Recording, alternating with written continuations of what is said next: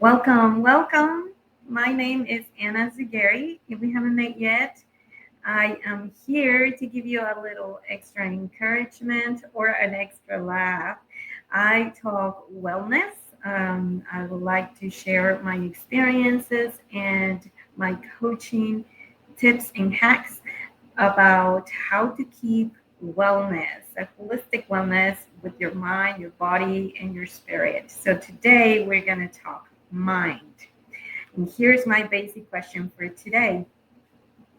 What language do you speak? So if you know me, maybe you don't, I was born and raised in Mexico. So I speak Spanish and I speak English.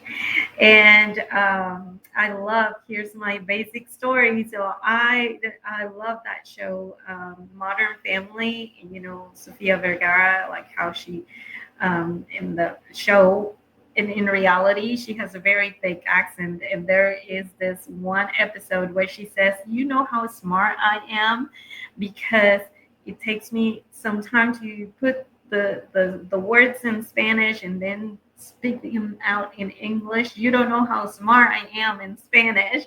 So sometimes I feel that way, but I also can speak well. But English and Spanish, I love how I was blessed with the best of both worlds, and I'm just very, very lucky to be able to fluently speak both languages. Not perfect, because I don't, but I do speak them fluently, and I am just super blessed to know that. But today I'm not going to talk to you about that kind of language. The language that I want to talk to you about is the language that we speak every day. So who do you talk the most every day? Who's the person that you talk the most? Some people might say my husband, my coworker, my kids, the person that is around you most of the time. But really, the person that we talk the most, it's ourselves. So what kind of language are you using when you talk to yourself? I know I was not very kind, when it comes to talk to me. I had this also, you know, way to talk to myself. I didn't think it was that bad or that serious, but I'll give you an example. If I was in the kitchen and we have a refrigerator outside and, we keep some of our extras in there. So sometimes, in the running and the cooking and talking and whatever, I would go outside to go get something, get in the fridge, open the fridge, and be like, what was I going to get?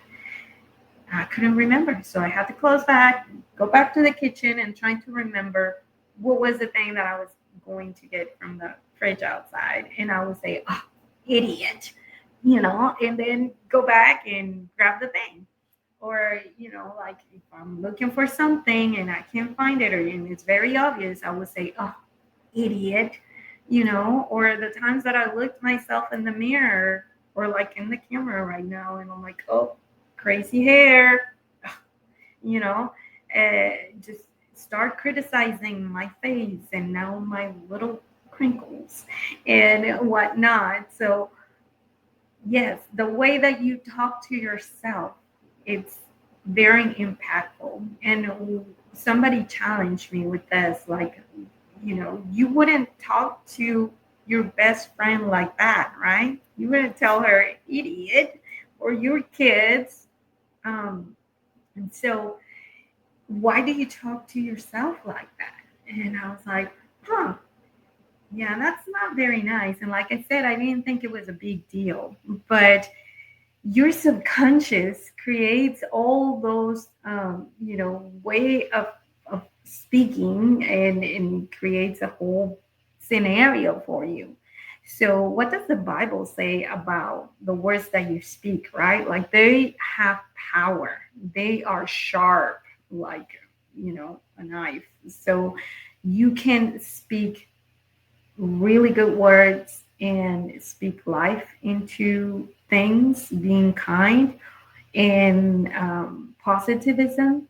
And if you speak the contrary, you're going to attract all those things that you're talking. So um, I have a little hack for you. So to change your language, yeah, I mean, you can still speak English or Spanish or whatever language your native language is, but I'm talking about the language that you talk to yourself. Just be mindful. Be mindful to change the way that you talk. For example, I used to say, I had a fight with my husband. Okay, so now I change it for, I had a challenge with my husband. That changes the whole narrative of, even my mood. It also works on my body because it brings down the stress. The word challenge versus fight. Challenge, you feel more like, empower, like, okay, let's see what's the outcome gonna be. And fight is goes in aggressive mode, right? Um, for example, also the things that you put on yourself. I would say like, oh, I am a diabetic.